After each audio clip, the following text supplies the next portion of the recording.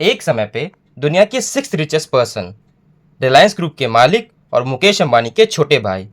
लेकिन कुछ ही सालों में $42 बिलियन की एम्पायर जीरो के करीब कैसे पहुंच गई। आइए जानते हैं कि अनिल अंबानी का डाउनफॉल आखिर क्यों आया। साल 2002 रिलायंस इंडस्ट्रीज के फाउंडर धीरूभाई अंबानी का देहांत हो जाता है। ग्रुप को दो हिस्सों में बांट दिया जाता है, जिसमें मुकेश अंबानी को ऑयल एंड पेट्रोकेमिकल्स का बिजनेस मिलता है, जबकि अनिल अंबानी के हिस्से में पावर, टेलीकॉम, एंटरटेनमेंट और इंफ्रास्ट्रक्चर का हिस्सा आता है। शुरुआत में तो सब कुछ परफेक्ट लग रहा था। अनिल अंबानी के पास Reliance communications, Reliance capital, Reliance infrastructure और रिलायंस पावर जैसे बड़े नाम थे। वो फिल्मों में भी इन्वेस्ट कर रहे थे और स्पोर्ट्स टीम को भी ओन कर रहे थे। इंडियन कॉर्पोरेट वर्ल्ड के शाइनिंग स्टार बन चुके थे वो। जब 2008 में अनिल अंबानी ने रिलायंस पावर का आईपीओ लॉन्च किया तो वो उस टाइम में इंडिया का सबसे बड़ा आईपीओ था। लेकिन लिस्टिंग के बाद शेयर प्राइसेस गिरने लगे, इन्वेस्टर्स का ट्रस्ट हिल गया। ऊपर से टेलीकॉम सेक्टर में जियो और एयरटेल जैसे प्लेयर्स ने प्राइस वॉर शुरू कर दी थी।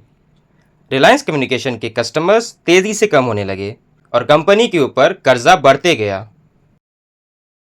2010 के बाद अनिल अंबानी की कंपनीज ने तेजी से उधार लेना शुरू किया, इंफ्रास्ट्रक्चर प्रोजेक्ट्स, टेलीकॉम एक्सपेंशन और इंटरनेशनल वेंचर्स के लिए। लेकिन रेवेन्यू उतना नहीं बढ़ा जितना लोन का इंटरेस्ट बढ़ता जा रहा था। 2017 तक आते आते रिलायंस कम्युनिकेशंस पर 46,000 करोड़ का डेब्ट हो गया। मार्केट शेयर गिर चुका था और कंपनी बैंकरप्सी की तरफ जाने लगी।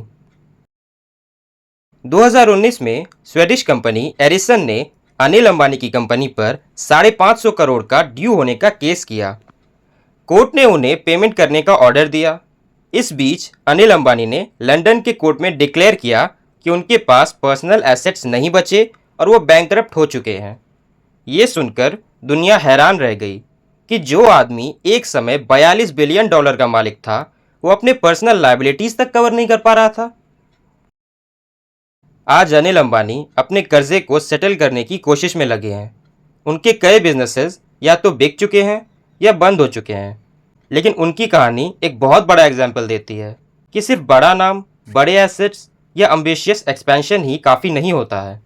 सस्टेनेबल ग्रोथ और मार्केट अडेप्टेबिलिटी भी बहुत ज़रूरी है। बिलियनर से लेकर बैंकरप्ट तक अनिल अंबानी की जर्नी एक रिमाइंडर है कि बिजनेस वर्ल्ड में कुछ भी परमानेंट नहीं होता है।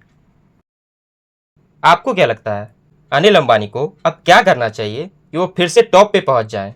कमेंट में ज़रूर बताइए अपना ओपिनियन और चैनल को लाइक, कमेंट और सब्सक्राइब तो कर ही दीजिएगा। मिलते हैं अगले वीडियो में।